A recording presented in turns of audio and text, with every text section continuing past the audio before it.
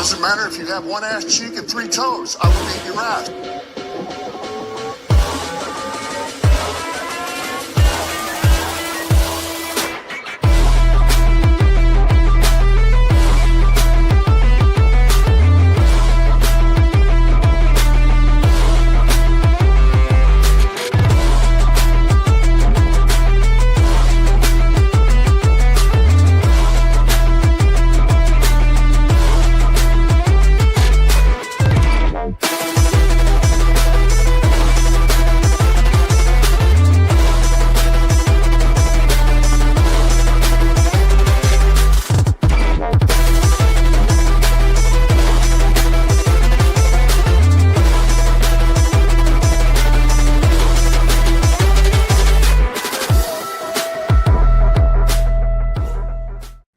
Daiquiri presents the Die Laughing Comedy Show.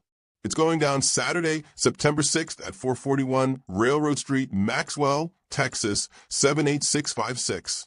For just $15 entry, you get admission and a frozen daiquiri to sip while you laugh the night away.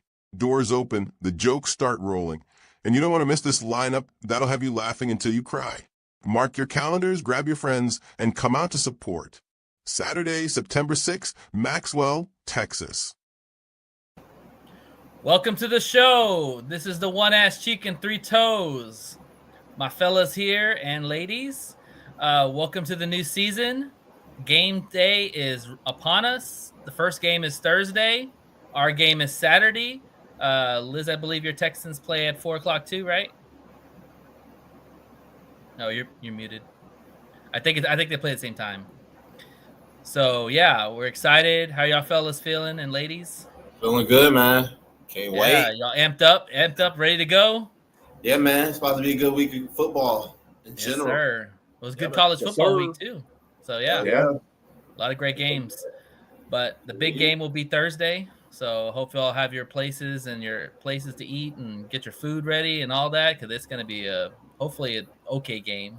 We'll see. It's still football, right? We'll see, man. We'll see how I go. Nice. There you go. Well, before we start, as you guys see, we have a fourth person that's added to the family, the One Ass Cheek family, and want to welcome Liz. Liz will be our I know, right? our Liz will be our affiliate, our Texan affiliate, and she'll be talking about Texans for 10 to 15 minutes, giving us the insight on what's going on in Houston. We're glad to have her. She's also going to be helping us get the podcast out there. So we're really grateful to have you, and thank you for everything you've done. And welcome to the family. And just give a couple of words before we give you your segment. Oh, can't hear you. Yeah, muted. Can't hear you. No. Say something. No voice is coming through.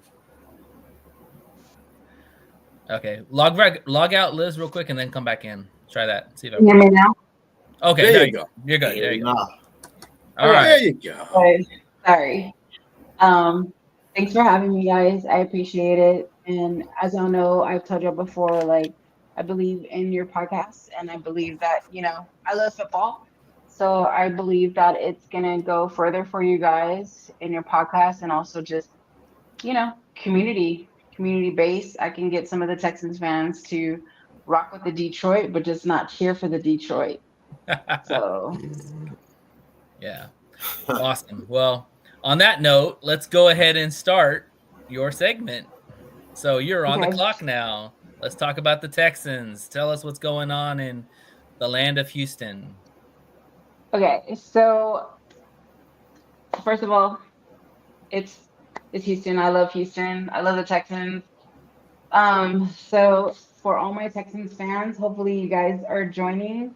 Put it in the chat if y'all guys are. I appreciate y'all watching me for these first 10 minutes.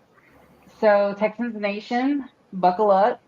Grab your favorite Tuesday taco. I had asada, so that was really good. And again, I'm Liz, and this is going to be all in on the Texans tonight. I'm going to break down a recap of preseason, what went right and what went wrong. And this Sunday is our first game of the season matchup. I'll break down to what the key players to watch and the strategies we need to see.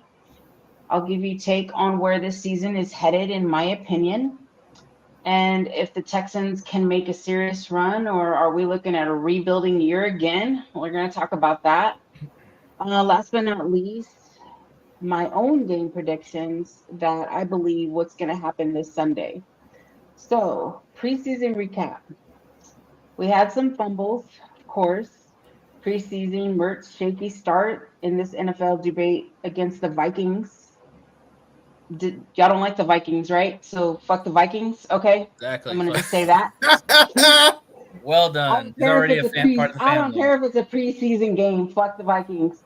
So Mertz clipped a rough nightmare start line. He has 3 picks, just 28 yards, 7 of 14 passing. Mertz redeemed himself though, slightly.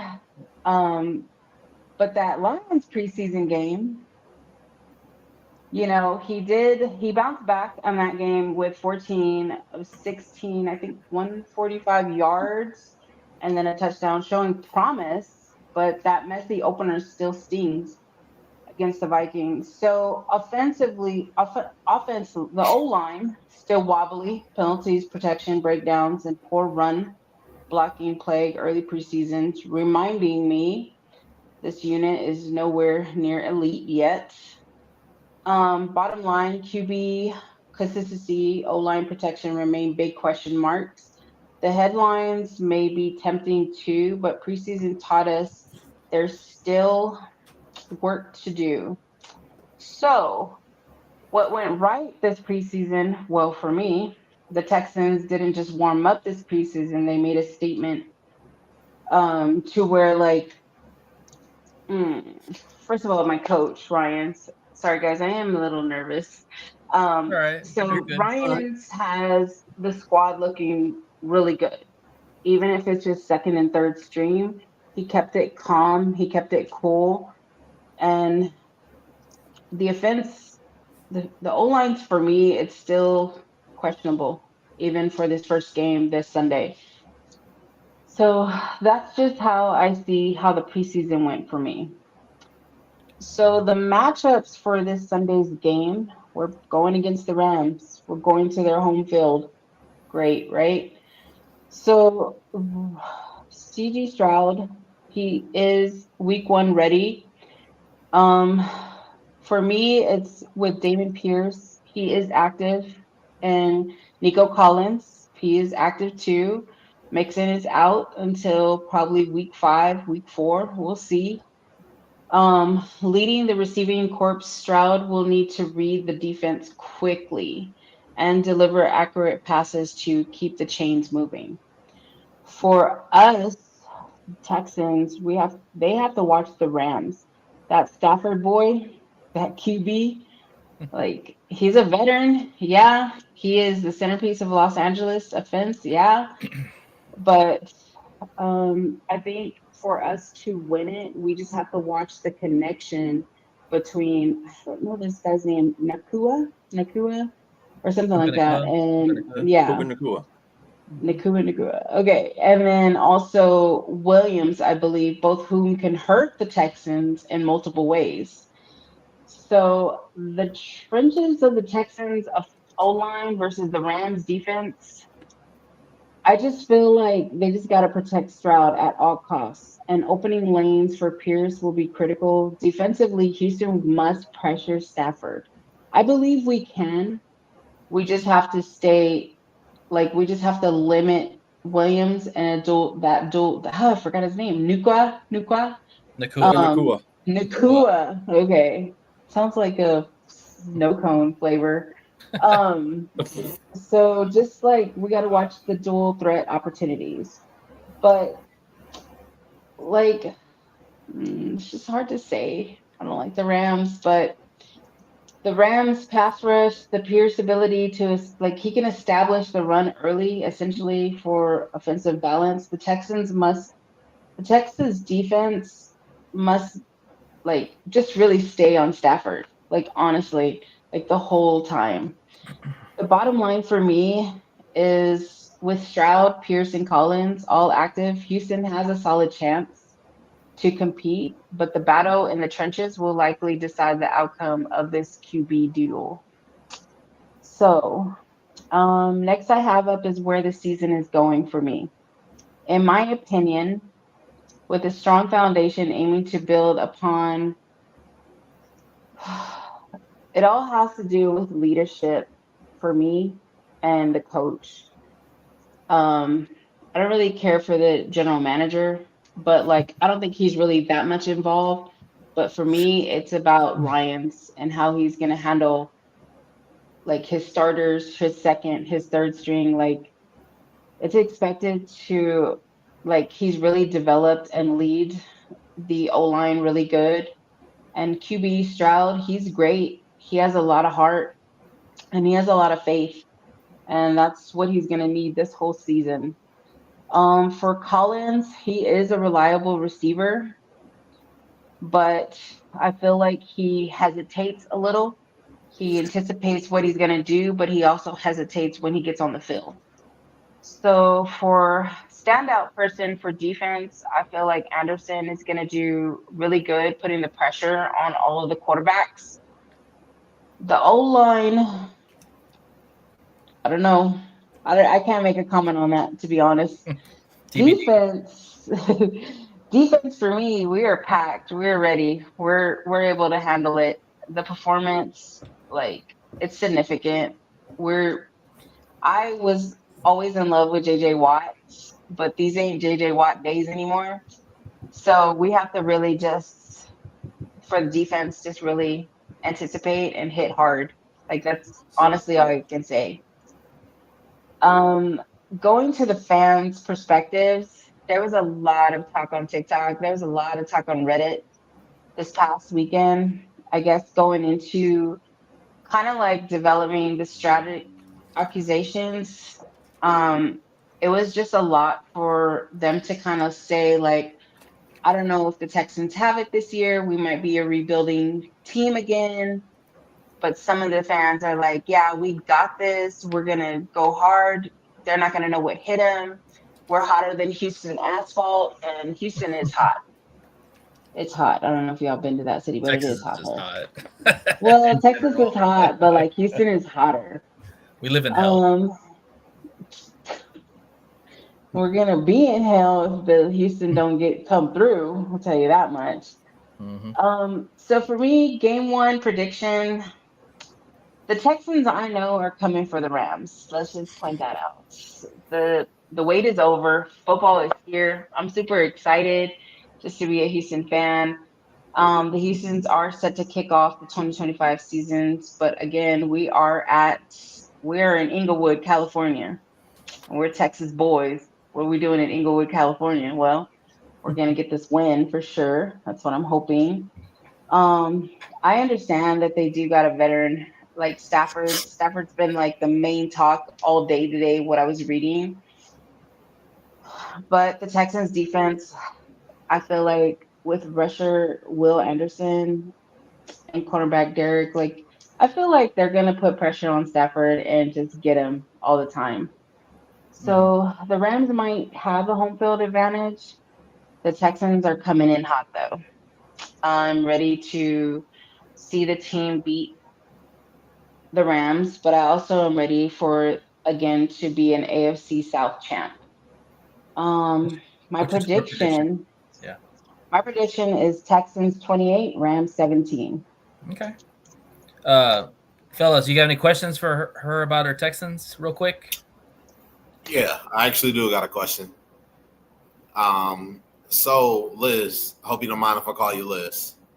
So, I just want to know what are some of your expectations from CJ Stroud going into year 3, and not having the best second year, but going into year 3. Like, what are some things you want to see from CJ Stroud? Well, for foremost, for me, is I want him to stay healthy. I want him to stay active. I want him to ensure that his leadership is 100% to his team, regardless if it's starters, second or third. Like your leadership has to display in the locker room and on the field. And if that communication and that leadership is staying in both areas, then we can win the AFC South. Yeah, I agree. B, what question do you have? Really, the offensive line seems to be the problem for you guys. You guys got rid of 2 good offensive linemen in the offseason. I don't know what happened with that. That was just amazed me that they did that. Yeah. I mean, because you got CJ Stroud, and you got to still remember he's a young quarterback. This is his 3rd year. He needs protection, and the running back situation is kind of shady too. We haven't seen Chubbs perform, but I like Damian Pierce. He's probably going to get a lot of carries, but losing Mixon for 4 weeks is going to be real. It's going to be hard. Yeah, it's going to be really hard. But I feel like with the O-line, like in my heart, I feel like we're going to be okay until Mixon comes back, and then we're just going to take stronger week 5 and going forward. But for the time being, they just need to carry the weight. I mean, they get paid to do this shit.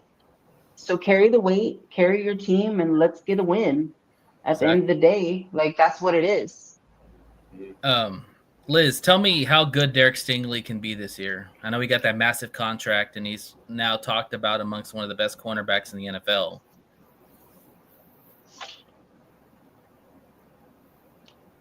I don't know. I honestly don't. Like, I really don't know much about him. I really just hope that he's about being a team player instead of just being the star. Mm-hmm. Like, yeah, he has a big contract, but for me, when you did we lose you again? Lost it for a bit. Yeah, I agree, Robbie. Yeah. Can you hear me now? Yep, I hear you now. Okay.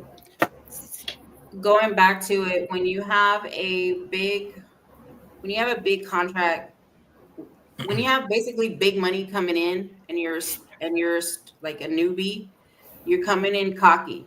I don't care who you are, male, female. When you start a position, you're coming in cocky because you're the one with the high paying money.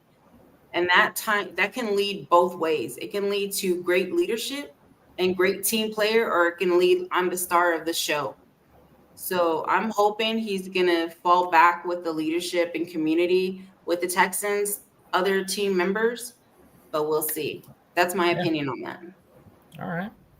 Well, appreciate that. Oh, yeah, we got to wrap it up, Jay. Yeah, really quick, I just want to say, I want to ask you a question.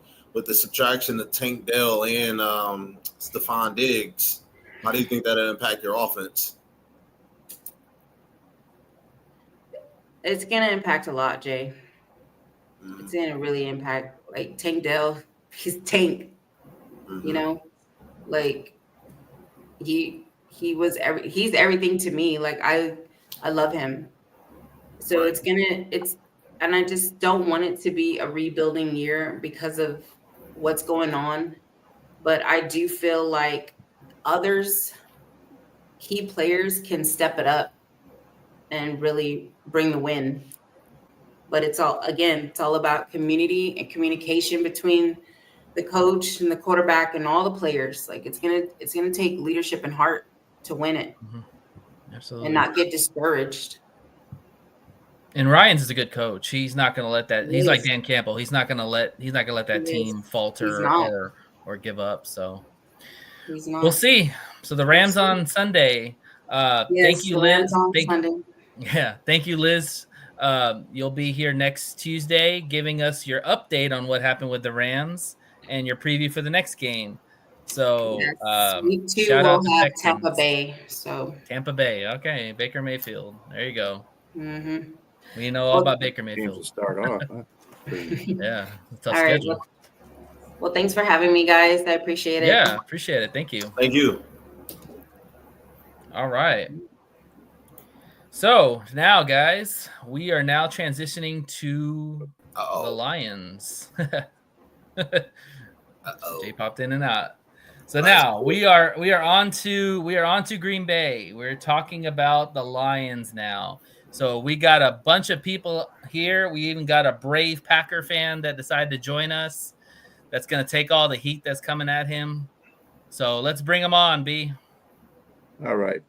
First, we'll bring on JB. He's the veteran here. What up, What's up, JB? What's up? JB, tell him where you're from, JB. Well, I am from my channel, which is Kneecap Biting with the Motor City Lions. I also write about the Lions on the Motor City Tribune, which is owned by the South Florida Tribune. I also am on the Huddle Sports Network, along with that guy that's the Packer fan from Ken and Ken in the Morning. He's back here laughing. All right. Then we're going to bring We affectionately call him Kitty Ken. Oh. And we're bringing Austin to the stage. Austin, tell him where you're from, brother. What's going on, guys? So I am I'm a frequent guest on JB's channel. I also have my own channel. It's called Hacked In Fantasy Sports Talk. It's a newer channel, getting it off the ground, just talking about fantasy football, the Lions, and just football in general. Thank you for coming. All right. Yeah, thank you for having me. The next guy is going to be we'll bring in Brandon here. Brandon, my guy. What up, Doe? What up, Doe? Hey. And Brandon, tell him a little bit about yourself. So I like to say I'm the one that gave B Striller the itch for getting on these podcasts. We used to have a show back in that radio show. Actually, it was a live radio show called Sports Talk Uncut through the Vent Radio Network out of Detroit. And I got him that itch, and he's been rolling ever since, man. You're the podfather, huh? He definitely is. Definitely is. And I still come on every now and then, to share my love of the Lions. And I'm one of those Lions fans that keep it real. So I drink the Kool-Aid. I drink the Kool-Aid, but I take an antacid every now and then afterwards. Maybe sometimes together, right? All right. And next we have Uncle Rumble, who used to be a regular on this show, actually. Rumble. What's going on, fellas? What's up? And give him a little play about yourself there, Rumble. I'm kind of everywhere with these guys, man. I was here for a little bit. I've been on JB. JB kind of got me involved, and then of course I was able to meet BA, and then of course Nate and Jay. But yeah, man, I'm very passionate about the Lions, as we all are. But yeah, man, every year I just try to, rep my team. I was one of those when they were in eternity. I was still out there repping the Honolulu Blues. Remember so those days. I am, man, I am faithful through and through, man. Right on. All right, and last but not least, we have Ken, Packer fan. What's up, Ken?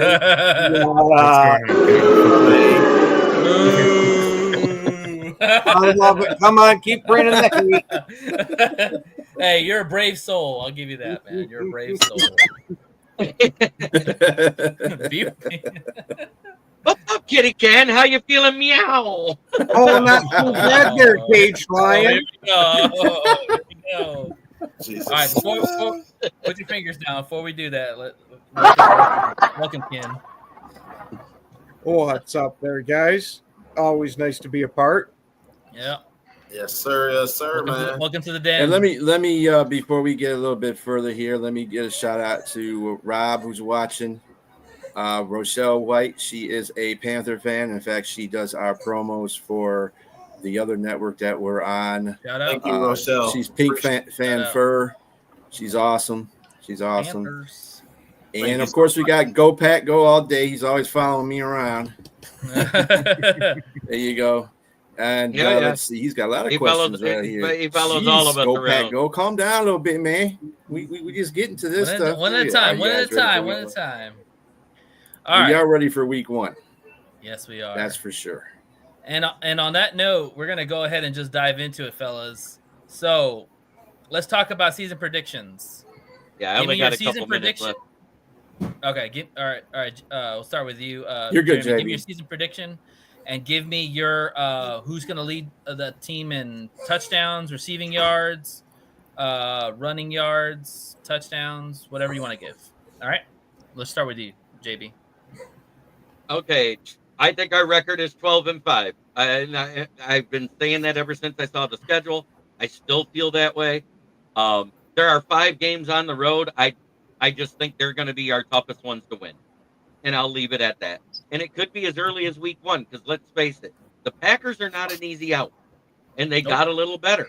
But at the same time, they got weaker on the run defense in the middle. I don't care what you say. I saw it. You know, Kenny Clark, when he's on the field, is a top 15 run stuffing defensive tackle. You want to tell me? I think our leader in receiving yards. Go ahead, JB. You know what a run stuffer is. Kenny Clark has been there. But anyways, not for us. Amon Ra will lead the. He's been a top 15 DT when on the field for you, 100%. All right. Yeah, you were 7th in the league last year. Amon Ra will lead the team. Okay. What about touchdowns? Amon Ra will lead in receiving yards. Touchdowns is going to be Gibbs again, because he's going to have receiving and rushing touchdowns. He'll also lead. Okay. And he'll also lead in the rushing yards. Our sack leader is one and only Hutchinson. 97. Who's going to be rookie of the year, JB, for the Lions? Offensively, it'll probably be Tate Ratledge because of how much it means to him to be good on the offensive line. Defensively, it's going to be our first-round pick, Malik Williams, because he has to be there for up to 13 weeks in replacement of Aleem McNeil. Shit, isn't he our only defensive player they took in the draft? No. They took a... No, the other one's out for the season, remember? Oh, yeah. Dan Jackson. Hassanin. Yeah. And they took Jackson, too. Yeah. All right, both JB. injured. Well, since you're rolling, JB, let's just go ahead and ask. I got to hop Give out. us your... You got to hop out now? Okay. All right, thank man. you for coming on. Thanks We'll for have having you on me. again. Yeah. Yeah. Oh, wait. Go ahead. I haven't hopped yet. What do you want to ask real quick? Oh, I was just saying, give me your matchup. Did you take him out? Yeah. Oh, give me He's your up there. matchups He's and up at game. the top. Give me your matchup right here. and game predictions for the game 1, real quick. I think whoever wins, and I do this every time it's between us because Ken and I have a bet. I think whoever wins, it's 4 points. I just think we're that evenly matched. Both teams are going to be a little weak. I think the scoring is going to be low because the offense always takes longer to gel than the defense does. So I think the scoring's low, and I think it's going to be a 4-point win for whoever wins it. I want it to be our Lions, so I'm going to say 21-17. I like it. All right. Well, if you have anything else, Have a great day, JB, everybody. you're good to go. Take care. You too, JB. Thanks for coming on, brother. All right, we're going to start at the top. Brandon, talk to us. Talk to us about your season predictions and give us your stat leaders. So season predictions as far as records, I stopped doing that years ago when it comes to the Lions and I'll tell you why. And it's they'll always win the ones they should. I mean, lose the ones they shouldn't, and wins the ones they shouldn't as well. So that's why a lot of people are worried about the gauntlet on the road. But the Lions historically, since they've been, getting better, of course, have taken out teams that people thought we should lose to. So I'm thinking we get our revenge on Baltimore this year. I think we're gonna probably go 4-2 in the division. That's as far as I'm gonna go as far as the predicting the record, though. I do think we'll be a playoff team. I'm not as headstrong to say we're definitely going to win the division because people forget Minnesota with all their what they were lacking last year still won 14 games as well. So I don't put the Packers and the Bears on the Lions and the Vikings level at this point just because we have to see it. Like, it takes time to gel. Micah Parsons is one player. I can see how he can help their pass defense, but they've gotten worse in the rushing defense. So their teams are going to be able to run it on them unless some young guys took the leap and step up or whatever. So I got to see it before I can, just give it to them on paper. As far as stats are concerned, I think J-Mo leads us in yardage as far as receiving yardage this year. Wow. I think he leads in receiving yardage. However, I think Amon-Ra will still have the receptions and the touchdowns, because when we get down in close, he's too shifty to not get open. And, J-Mo's speed is kind of taken away from him when they get inside the 20s. Rushing, of course, is going to be Gibbs, as far as yards are concerned. Now, if Montgomery stays healthy, then it's a toss-up for touchdowns, because when we get inside the 5, they typically put Montgomery in there. So we'll see what happens. I don't know if last year Gibbs gained more trust of them to be able to keep him in those power back moments, being that he had to carry the load on his own. So that remains to be seen. I do think he's going to be more active in the passing game than he's ever been. So I think he's going to have like one of those Marshall Faulk type years, similar to what he did last year, with less opportunities, honestly, because we got a lot of weapons everywhere, man. So those are my stats predictions. I think that Hutchinson for sure will lead the team in sacks. It's inevitable. And I think Marcus Davenport plays over 4 games. Are you maxing it out in 4 games, or are you saying just for sure over 4? I'm for sure over 4. Okay. I'm not maxing them out. Just Okay. Bold take. I like that. All right. Appreciate it, Brandon. We'll go to Austin. Austin, give us your prediction and your stat leaders. All right. Can I actually? Can you skip me for just a quick second? I gotta go help my wife or something. I'll be right back. Ken, give us your prediction and stat leaders for your team. Okay.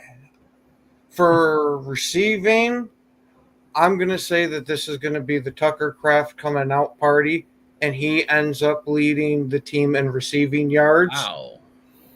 Golden, I'm expecting to lead the actual wide receivers in yards and touchdowns, but as a whole unit, I'm going to say that we're going to do the right thing and funnel it through Tucker Kraft, because he's shown the past couple of years this guy creates a spark when he's out on the field. Now let's keep feeding that a little more.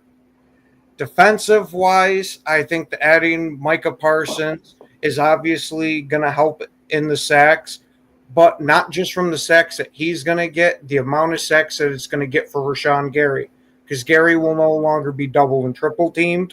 He'll be having a lot more one-on-ones, which Gary generally wins those one-on-ones. And the part of the run defense taking a massive hit, Kenny Clark wasn't known too much as a run defender in Green Bay. He was a great pass rushing defensive tackle for us. And last year, he had a bit of a down year, but that's because we pulled him out of the nose, which I think the nose is the perfect spot for him. He eats double blocks well to where he can maintain for you. He's just not going to be the guy getting the tackle behind the line of scrimmage most of the time in run sets. He's setting it up for other people. And I'm going to hope that Stackhouse can fill that, because he was brought in to replace TJ Slayton, but you got to see how that goes whenever you got a player replacing anybody. All right. What about your prediction for the season? Oh, I'm going to say Green Bay, Minnesota, and Detroit finish above 10. Whoever wins will get the division with 13. And I wouldn't be a Packers fan if I didn't go for my own team. So I'm saying we're winning the division. All right. Fair. All right. Well, thanks, man. Austin, you ready? Yes, I am. Sorry about that. All right. No problem. Give us your season predictions and your stat leaders for the team. Yeah. So season predictions. I have us going 13-4 with win-loss, and going 4-2 in the division. I think we're going to split with the Packers and the Vikings, and we'll sweep the Bears. Stat leaders, I've got I can see where J-Mo could lead our team in receiving yards. But I still think that's Amon-Ra's territory. So I think he leads in receptions, touchdowns, and yardage. It'd be very close with J-Mo, though. Rushing, obviously, I got Gibbs. And what else is there? I think even between Kirby or Brian Branch, they will either split or like tie each other for interceptions, or it might be a slight advantage to Kirby for me. Okay. All right. Jay, you're on the spot, man. What you got? So, my win projection for the Lions, I got them going 11-6.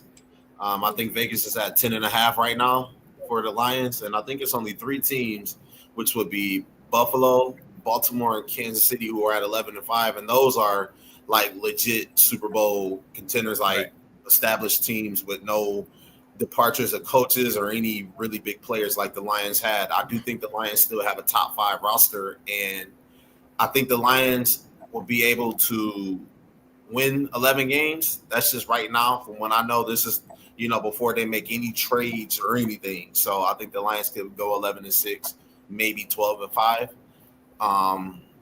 I think it's going to be a dogfight in the division. I think a lot of people are underestimating how the Bears may sneak up on people. And Minnesota, I'm not really too worried about Minnesota. It's really Green Bay and Chicago are the 2 teams that I'm looking at that's like, they could probably pose a threat.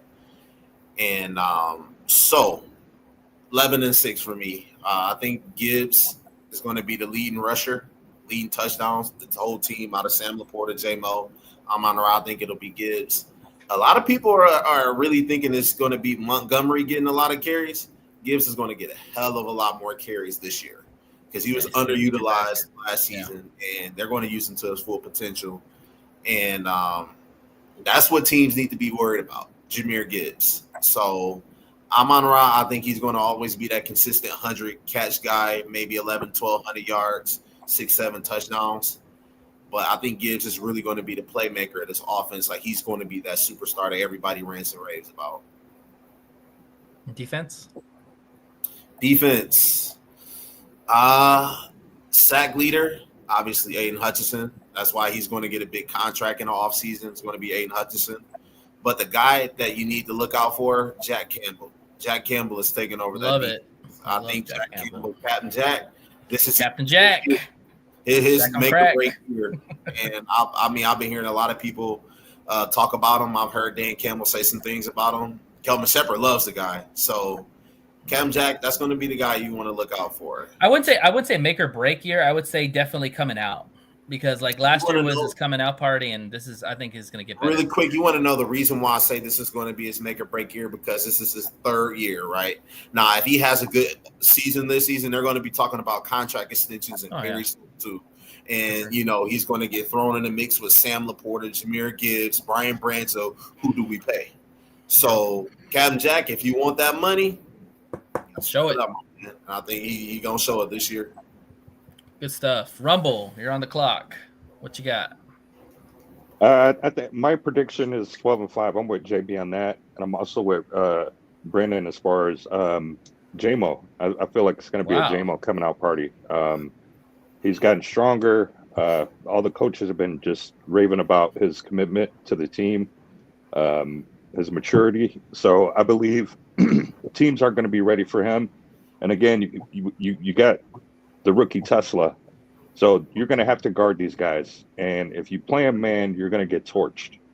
So you cannot – I trust J-Mo with a 50-50 ball over anybody else in the league, man. I don't think there's any cornerback out there 50-50 with his speed. Good luck. Yeah, I agree with that. So I like him, and I kind of favor with everyone else. I think Jahmyr is just a freaking – he's just an incredible back for the league. He's already getting talks with, Saquon Barkley and the top tier guys. So I think he's going to have a great year too. Again, you guys made great points. He was underutilized. And we know this offense is going to want to do everything in their power to make us forget the name Ben Johnson. So I expect him to have a hell of his route tree should be good. I expect him to have a hell of a season. And on defense, I'm going to go with Terry and Arnold. I think that Let's go. I think that kid is primed with the addition of obviously DJ Reed. The coaches talked about that too. I think the kid is, most penalized last year, so they say, but also one of the premier guys. Our coaches, I don't want to use the word toss our rookies to the fire, but they give them those A1 reps out the gate.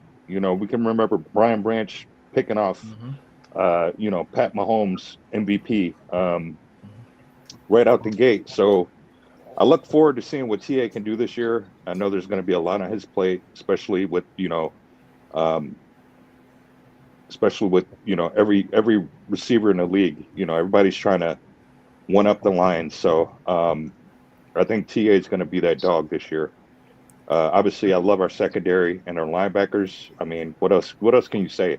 I think the only question I have is the road games that we have.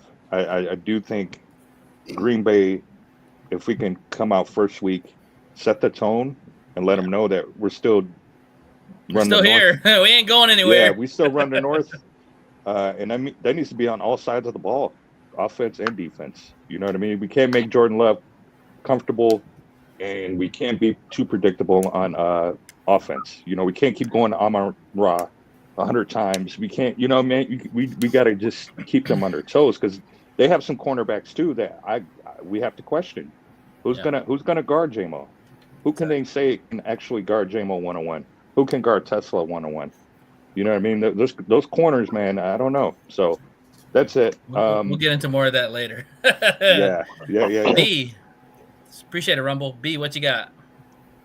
So, as far as the Lions are concerned, as far as prediction wise, I see them at the 11-7, 12-6.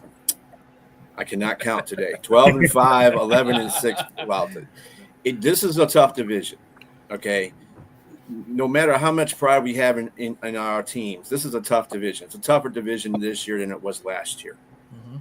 And I just think that I think Chicago will be better, but they'll be on the end of being better in this division. They'll still be at the bottom. They'll do better.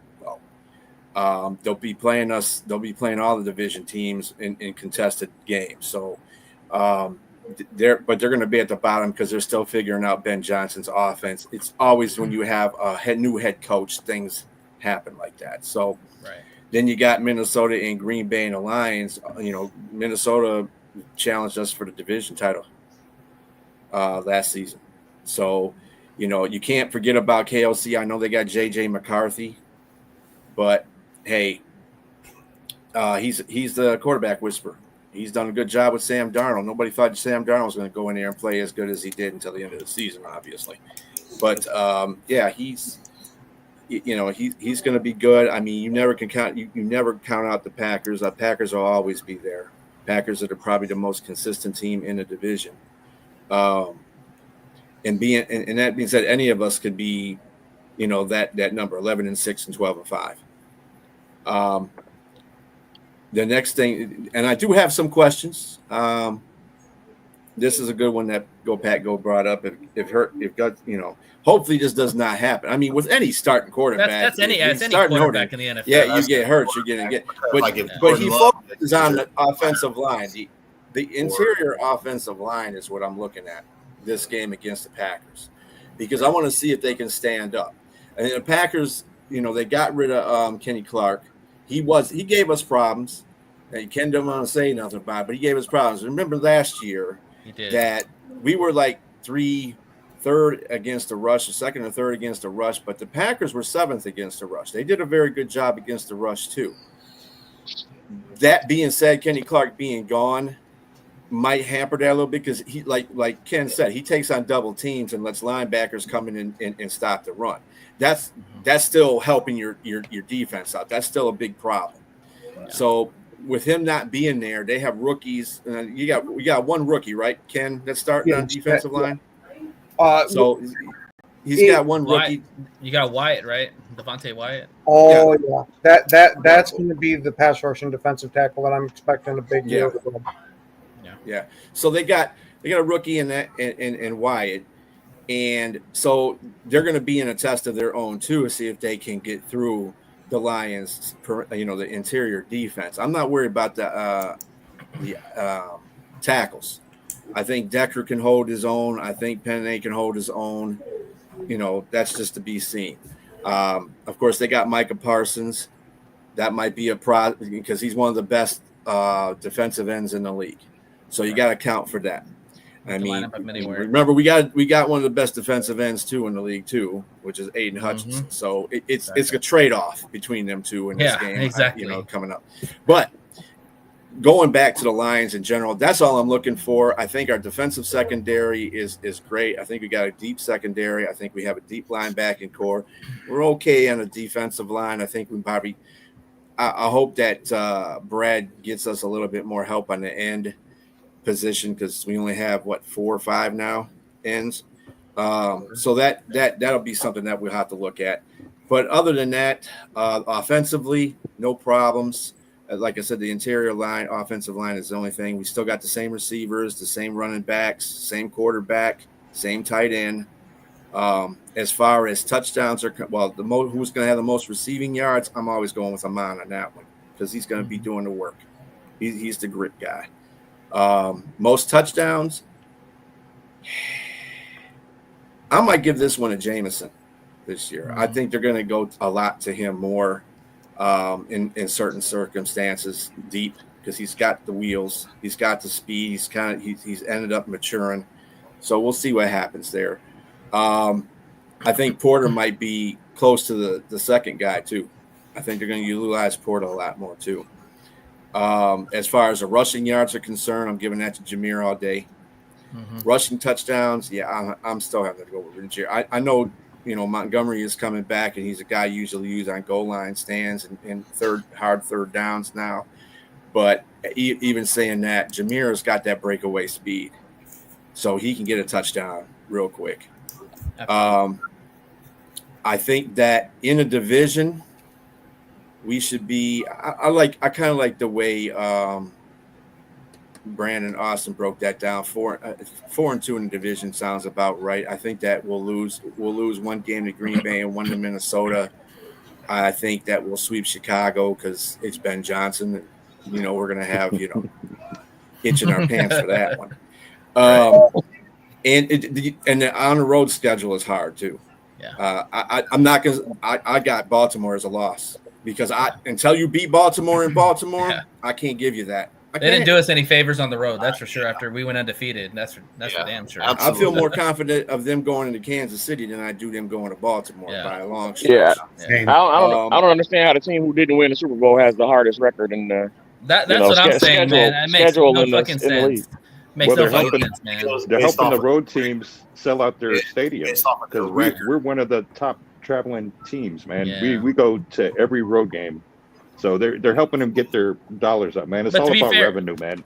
Based off of their record. But to be fair, Brandon, the Sheagles always get an easy schedule. If you always look at their schedule, they maybe have like a couple of games where it's like competitive. Again, you got to look at it like this, though, from the Eagles' perspective.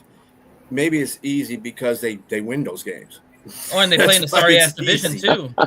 Well, I mean. Regardless, I mean, New England won a lot of Super Bowls and they played in a sorry division, but you got to play outside the division too. I agree. So I guarantee you, I feel that the loss against Baltimore is more than I can see against Philadelphia or Kansas City. I think we can go into Philadelphia and beat them more so than I think we can go into Baltimore and beat them. Yeah, I don't know. Is there something with Baltimore and the Lions? They have never played. I've never seen Baltimore's always got us somewhere. I've never seen a 66-yard field goal in our house and blowing us out 2 games that I've seen them playing M&T Bank Stadium.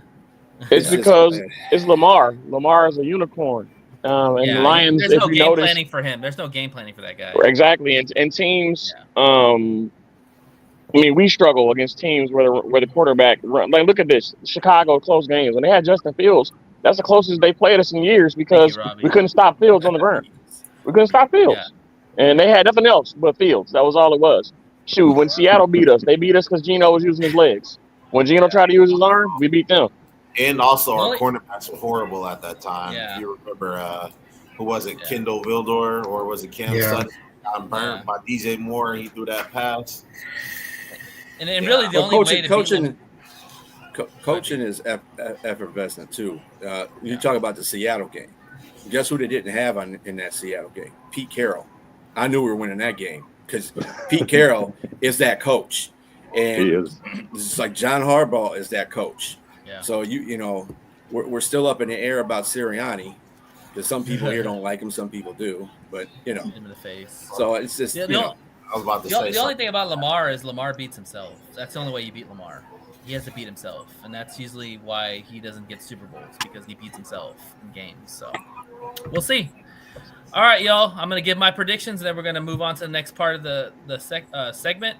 So I got the Lions at 11-7, like B does. I looked at the schedule, and I just think that we're gonna come down a little bit, because the schedule is tougher.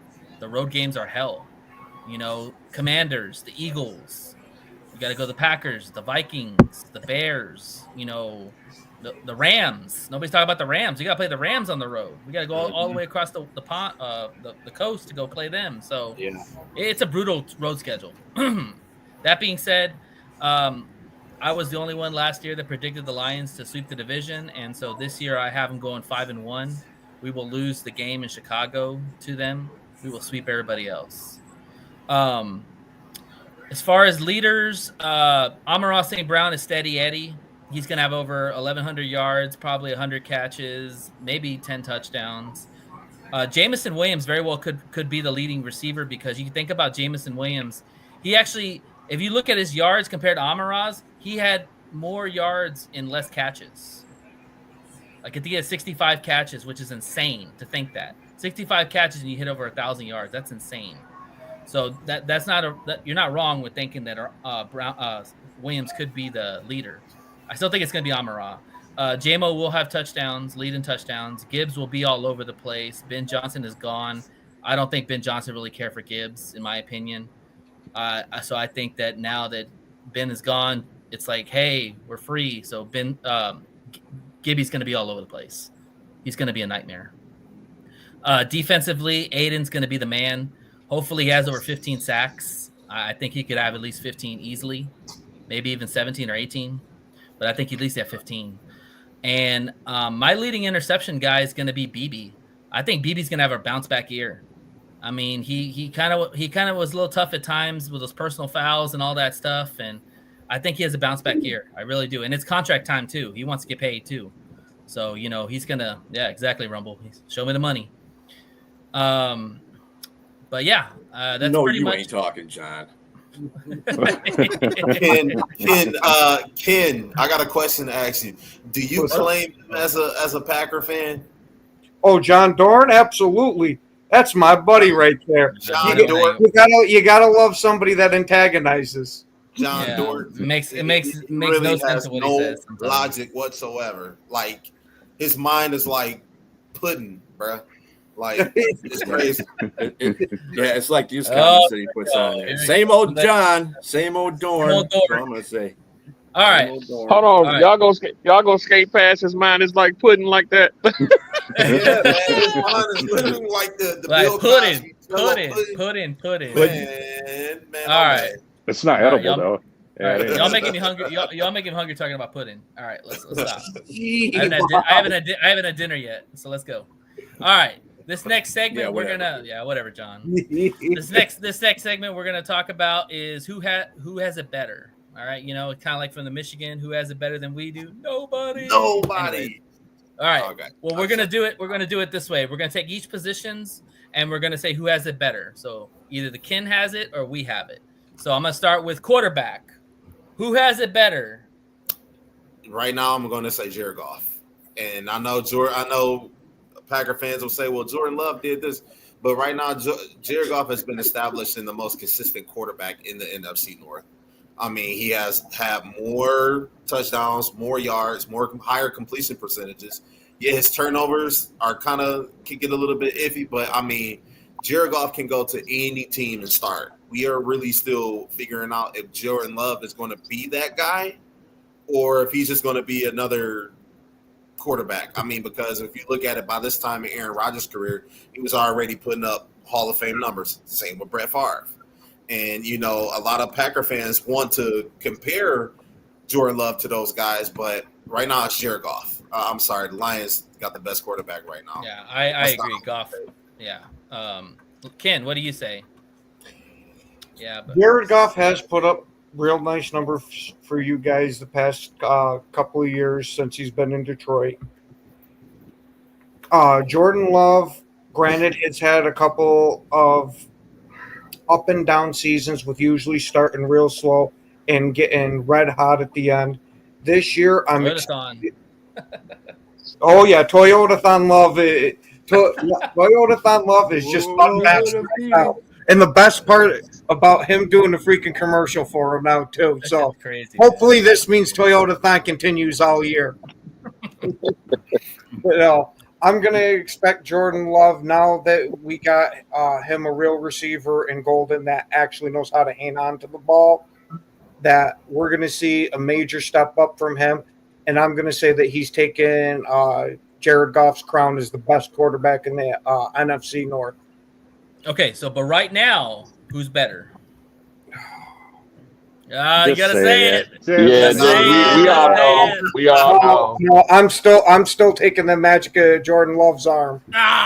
He's got a lot between the ears, but it's not like Goff is a physical specimen either. It doesn't matter. He had 37 touchdowns. But when it comes to actually playing, you see it's two sides to every coin, right? Like if you give Jared Goff credit, you got to say that Jared Goff is actually good. But a lot of people want to say, well, it's the weapons behind him, right? Like so, you got to pick whichever one it is. Either Jared Goff is really good, or his players are really good. Okay. I watched a lot of tape last year in their games. I'm sorry, I didn't mean to cut you off, but I do see Jared Goff finding the guy who's calling audible in the defense. He'll see a sign, he'll see something, and he will absolutely go, oh, okay, they're trying to box us, so we're going to go this way. And this is pre-snap, so he has really shown that he's actually, processing the game. And he's had that before, Rumble. If you watched him in college, when he went for Cal, he was like that pre-snaps, before the snap. He was very technician type of quarterback. And the guy stays in the pocket and gets drilled and still throws I don't care how it looks. He still completes the pass, man. So I can't say that about Jordan Love though. He lets them go, or he throws some picks. And let's just really talk about the. I'm just going to put this out here. Jared Goff had a 72.4, essentially a 73% completion rate last season. That's damn good. It was the reason why he finished in the top 5 for a non-mobile quarterback. For a non-mobile quarterback, so that plays along with being a general at the line of scrimmage, being able to call audible, see certain coverages, disguise is thrown at you. And Jared Goff, he went even a perfect 18 for 18 against Seattle, if you remember. Yeah, went a perfect 18 for 18 against Seattle. That's big time. On that note, Jay, let me ask Ken this question. Okay, Ken. Who's a better pure thrower, Jordan Love or Jared Goff? Jordan Love, pure thrower. All right, pure thrower. We're done. We're not talking between the ears. That's where in the pocket. Jared Goff is a better pure thrower than Jordan Love. You're trying to tell me he's got better arm talent? No, I think Jordan Love throws a better ball, like it spirals. Thank you. But in the pocket, Jared Goff's a better thrower than Jordan Love. Yeah. So I think the question. I mean, Jared Goff's more accurate.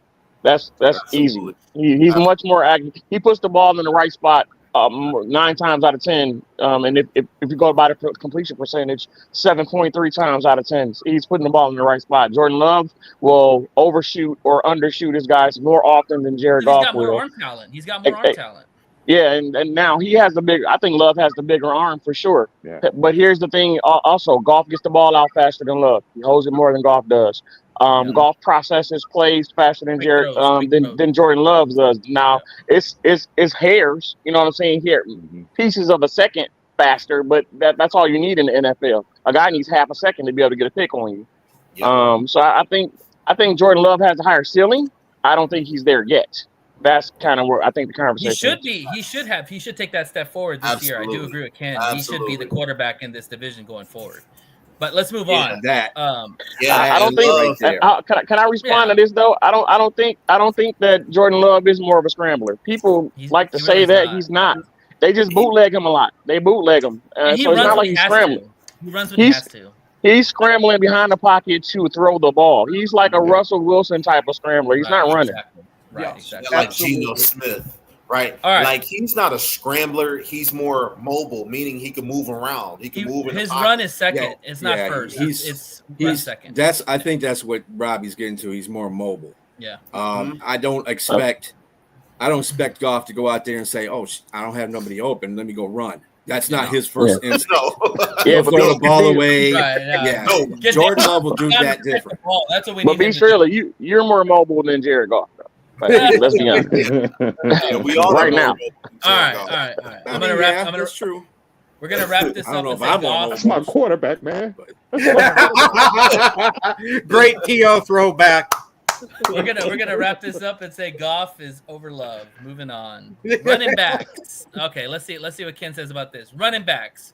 Who has the better running backs? Ken, we'll go with you first. Let's see what you got. You're going Gibbs to Jacobs. I'm giving it a push between those two. If you're going the entire room, unfortunately, I have to give it to Detroit.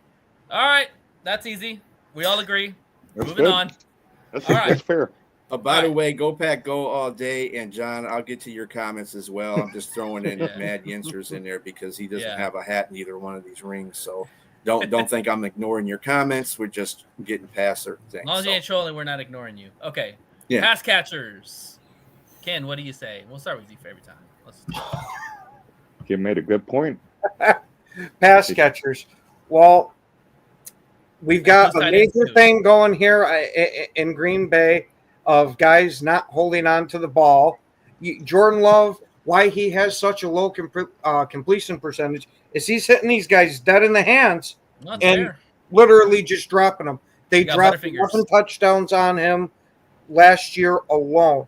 That's why we went out and got Matthew Golden in the first round, something we haven't done in about 22, 23 years, something like that, to where I'm expecting Matthew Golden to be real good for us. But again, he is a rookie, and unfortunately, you got to give it to the experience with Amon-Ra there.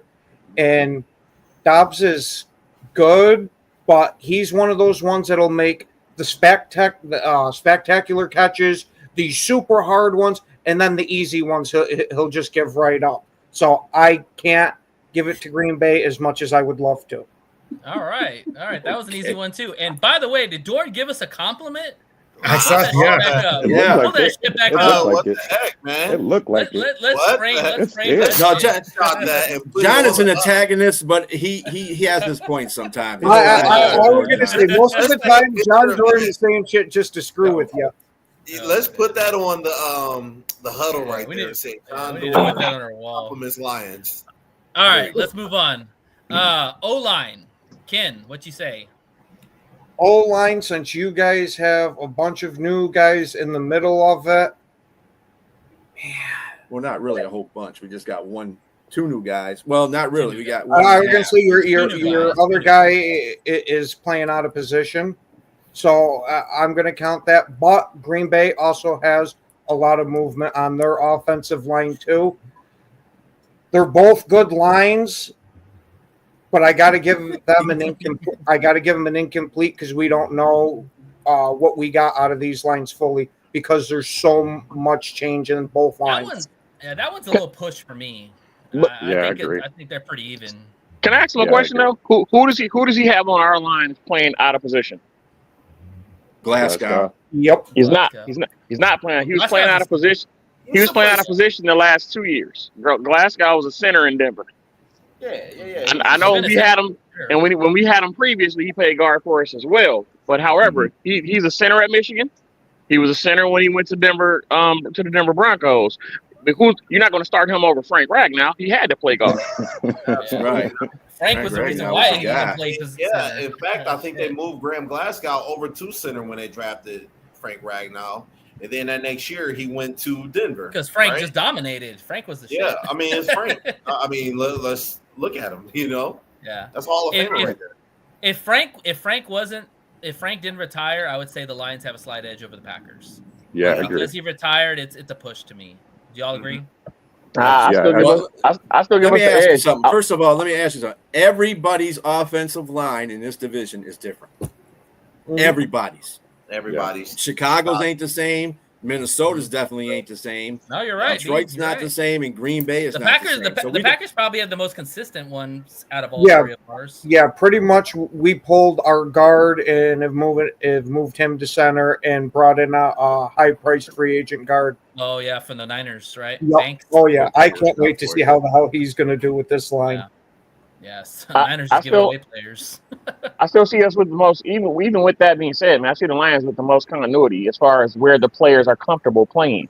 And then you got the ends, the bookends are still what they are. Our tackles are the most continuity right there. I agree. Exactly. The bookends are what they are. Glasgow's at his more natural position. Tate is playing where he played in college, and Mahogany showed you last year what he was as a guard. So I give us the big nasty. Nah, dirtbag. Right? Oh, I'll call him the big nasty. Either way, he's gonna kick ass. That guy's a mauler. All right. I say it's more of a push, but okay. All right, let's go to defense. The D line. What you say, Ken?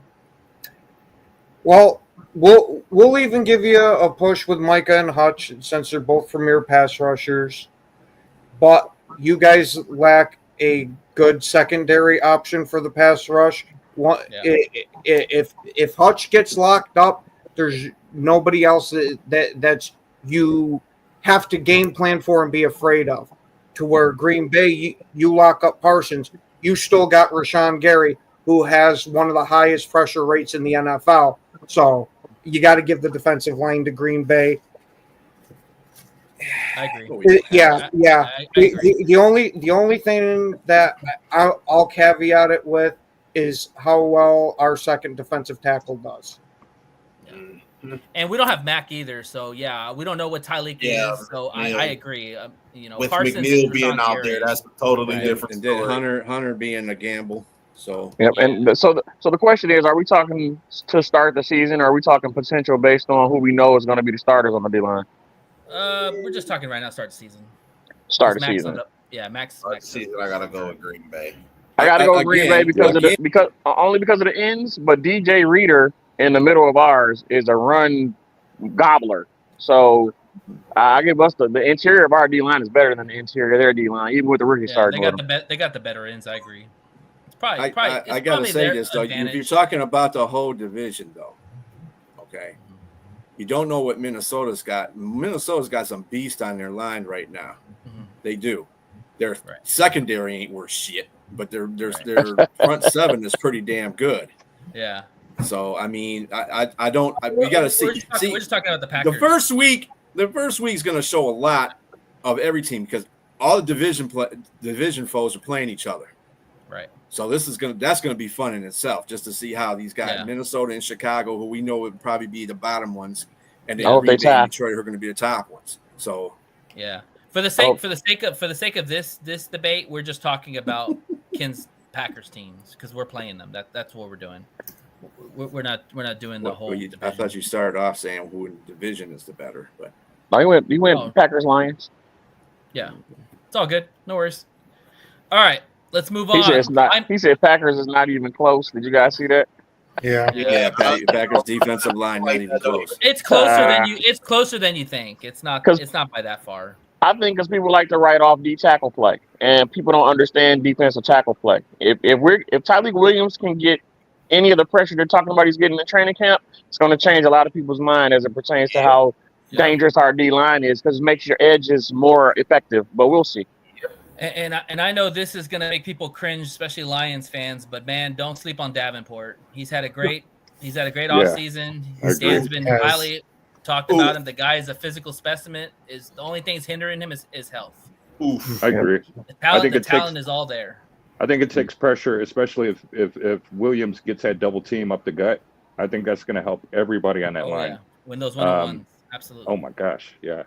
Yeah. So don't sleep on Davenport. All right, linebackers. What you say, Not Ken? this weekend. Not this week, Rob. This is just Packers and Lions. This is how we're going to do our shows, foes and stuff. Exactly. Linebackers. Yeah, that's what we call them too, John. Man, it's hard. It's hard going against the tandem of Quay Walker and Edgerrin Cooper together.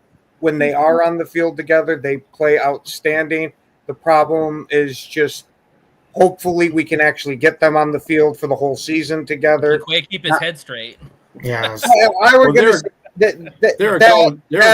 that's not an issue anymore. Granted, his first couple of years in the league, I'll give it to you.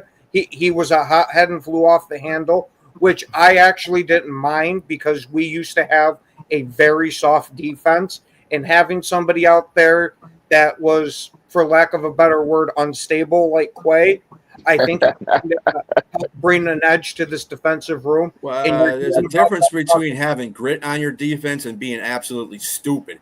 And that's what Quay fits in. Oh, I know it's Green Bay, and you want to pedal for it. But if that guy was on our team, guarantee he wouldn't be on the field very long. Dan Campbell would have his ass off. Exactly. See, there's a difference between wit and stupidity. Okay. Pushing on a trainer when they're coming out to look at a player. That's some dumb shit. And then doing dumb stuff in the middle of the game to cost you games. That's dumb stuff. That should not be allowed. There's a reason why Matt LaFleur pulled him off the field and made him stand next to him on the sideline. That was one of those, okay, it's time to wake up. And that seemed to have snapped Quay back into the right mentality. Okay. So whose room's better? I don't know your guys' linebacking unit well enough to sit there and state it, because anything I say on your linebacker unit, because I don't know too much of them, is just going to be either me going homer or me trying to play nice because we're on the show together. I think if there's one position that the Lions are pretty critical with is the linebackers. But I know one thing: we're probably the deepest unit in the NFL. Like, we got 5 legit linebackers that could start a game, and add Rodrigo later when he comes back. Brad Holmes did a hell of a job reinforcing that unit, because we know when we had last year, we had Turner and we had Quan Alexander. We had some scrubs in those games. And that's exactly why I say I don't know your guys' linebacking unit well, because you've had so many people in and out of there. It's hard to keep track of them. Yeah. Well, actually, you guys got your initial starters are probably way better than ours. Yeah. But your overall unit, I think, would probably be a tie with our unit if you put them all together, because you do them 2 linebackers that you said are them boys can play. Man. In fact, Rasheed Gary gets his stuff together, man. You might have a pretty good ass defensive line. Absolutely. That's a dark horse for me, Rashawn Gary, because when he's on his game, Davin Poop is a dark horse for us. Yeah, Rashawn Gary's problem is he's a half a step late most of the time, and hopefully with that addition with Micah Parsons makes up for that half a step. Well, he better eat, because Micah Parsons is going to require a lot of attention. Mm-hmm. Yeah. So we'll see.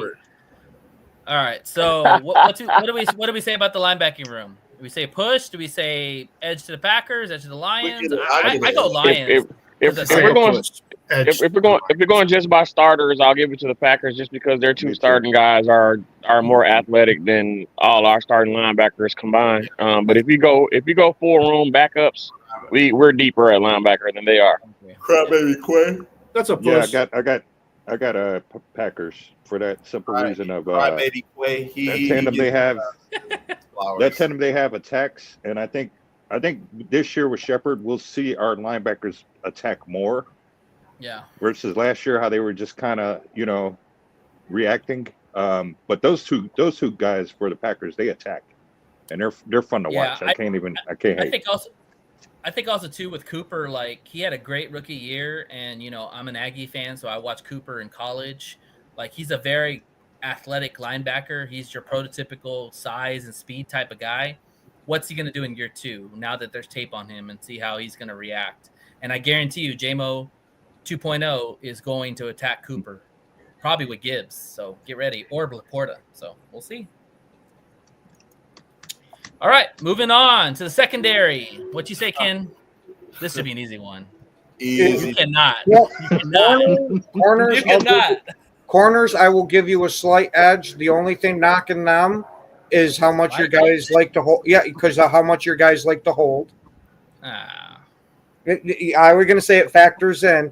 Safety, cleaned that up at the end, and that was only Arnold. Safeties, I'm going to give this one a push because you guys have safeties just as good as ours. A push? Evan Williams is floating there in the top 5 too. Is he better than Brian Branch though? No. Okay. No, but I take McKinney.